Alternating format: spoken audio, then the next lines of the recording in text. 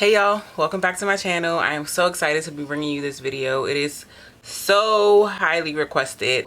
I am finally bringing to you the video all about the best oils for your locks. Who am I?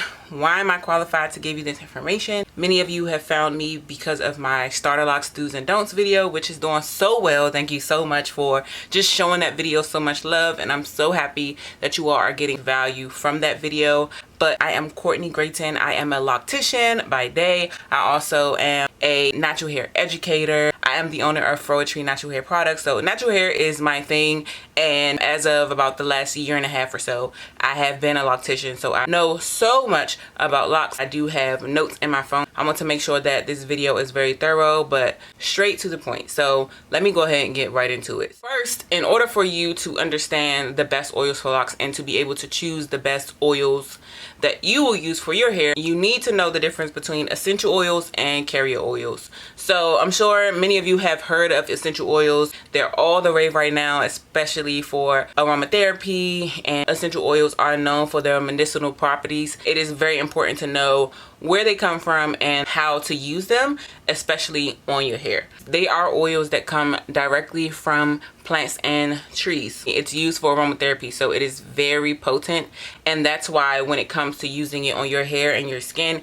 it must be diluted. And we'll get into carrier oils, but carrier oils are what you dilute your essential oils with. Some of the most common essential oils are ones like tea tree oil, peppermint oil, rosemary, lavender, lemongrass, and the list literally goes on and on and on. So the first one I want to talk about is tea tree oil. It's one of the most popular ones for hair. So a lot of people who create their own hair mixtures, it's really kind of like a miracle oil in that it helps with dandruff, itching, it's antiseptic, antibacterial, so it helps with things like fungus, psoriasis. So having something like tea tree oil in your arsenal is perfect for any issues that may arise, and in special cases where you're applying it specifically to something like a bump. Sometimes it's okay to add just a couple drops of pure tea tree oil because, like I said, it's strong and it's potent, so it'll pretty much knock the problem out. However, when you're using it daily, or you just want to use it for more like preventative measures and just for the healing properties that it has, but you want to use it more regularly, you definitely want to dilute it. Another one is peppermint oil. I really love peppermint oil, mainly because of how it smells and the tingling feeling that it gives you when it's on your hair, kind of similar to menthol. But peppermint oil is really good for stimulating your hair follicles and increasing blood circulation to your scalp. So a lot of people use peppermint oil for growth. Rosemary is also another one that's really good for growth as well, and for soothing any itching you may have. That's one thing that's very common amongst locks, and especially starter locks. You tend to have itching. Your hair is getting used to you not washing it as much, especially when you have styles. They tend to be itchy as well, and so having something on hand like rosemary helps with itching. And again, like some other ones that I mentioned, I love lavender on here as well as lemongrass, and I typically use those on my clients who kind of have some itchy scalp or just like irritated scalp. And while I'm giving them a deep conditioner or stream treatment, I'll add a few drops of essential oils into their conditioner in order to get like a boost of those medicinal properties. And like I said, essential oils need to be diluted. Sometimes when applied directly to your scalp, which is also skin, it can cause burning or some type of inflammation. So you really want to be careful with how much you're using, and there are so many charts online where you can find out how much dilution you need to add to specific essential oils. So next I want to go into carrier oils, and like I said, carrier oils are what we use to dilute our essential oils. And so you'll find us carrier oils in so many conditioners and products that we use on a daily basis. Things that you find in a beauty supply store, you'll find them kind of loaded with carrier oils because they also are pretty good at penetrating to your hair. These are oils that are stripped straight from the nuts and seeds of particular trees. Adding those carrier oils help to safely carry the essential oils to your scalp. So in my do's and don'ts video, I actually mentioned coconut oil and olive oil, and I presented my own opinion that I would not use them by themselves. They don't provide lasting softness, shine, and all of that to your hair, but coconut oil and olive oil are amazing when paired with other oils like essential oils and other carrier oils. So I don't want to confuse you all. I did mention it in my last video that I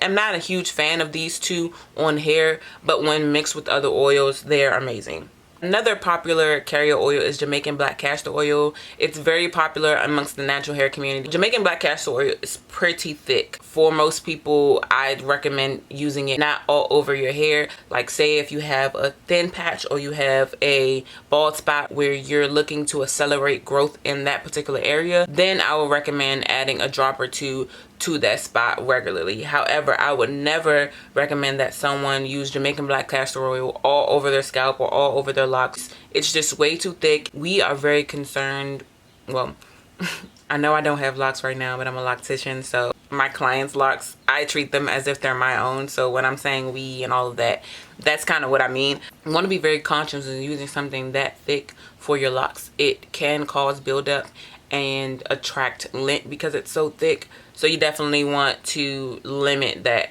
Another carrier oil is jojoba oil. I really love jojoba oil because it's lightweight. It's actually the carrier oil that's most closest to our natural sebum of our hair. So this one is really good for applying directly to your scalp. However often you like, it's also really good for hot oil treatment. It will definitely be able to penetrate your scalp and your hair shaft. Other ones that I love are argan oil, sweet almond oil, grapeseed oil, and the list literally goes on. I would definitely encourage you to check out a list of carrier oils, but the list goes on and on and on. I would definitely recommend that you kind of look at list of carrier oils and essential oils and their different properties, just to make sure that you're choosing the best ones based on any issues that you're looking to resolve or things that you're looking to prevent. So yeah, all in all, if I were to create a oil combination best for locks, the ones that I definitely keep on hand for clients and for myself whenever I decide to start my locks again: tea tree oil, peppermint oil, and rosemary. Lavender is a really good one, like I said. And then for my carrier oils, I will always keep olive oil. I typically have it on hand anyway as far as like cooking and things like that, but olive oil is a really good one. And again, jojoba oil is perfect, as well as sweet almond oil. That's one that I recommend a lot to my clients. One thing that I definitely want to mention before I end this video is that we want to remember that oils are not moisturizers. They help in the process of moisturizing your hair, but oils are not moisturizers. They help to seal in moisture. So you want to be using these oils in combination and in a regimen where you're also including liquids and water-based products. Adding that water and that hydration first and then following up with your oil is amazing for getting that moisture retention. So the moisture that you're adding in is the water, you know, and then your oil is sealing that water in. I don't want people to believe that all you need to do is put oil on your hair. That is not the case. You need to be adding hydration. Like, our hair gets dry very fast, and at the slightest bit of dryness, it wants to leave us. So if you want to keep your hair, make sure that you are adding in hydration via water or a water-based product or aloe juice-based product. And I'm going to finish this video out just by recommending my absolute favorite oil. Of course, it's from my line, Froetry. It is Ooh Baby. I've mentioned this on my channel before, but this is Ooh Baby, our healing growth serum. And the reason it is called a healing growth serum is because it is packed with those essential oils, like I said, that have that medicinal properties that help you to prevent things like dandruff and itching and inflammation, psoriasis, and things like that. This is kind of like a miracle oil all packed in one bottle. So many of my clients who have locks use this, and people with natural hair use it as well. Definitely urge you to try our Ooh Baby. It is amazing, y'all. Like, I'm using it for my braids right now. I use it on my clients before I begin to retwist their hair. I give them a nice scalp massage to just get this product worked into their scalp. But it is really, really, really lightweight.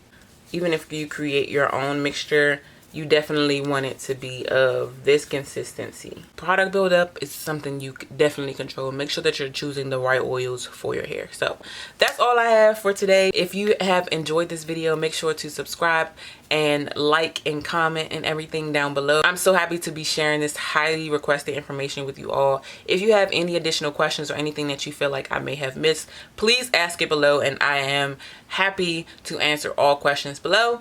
But until my next video, I will talk to y'all later. Thank you.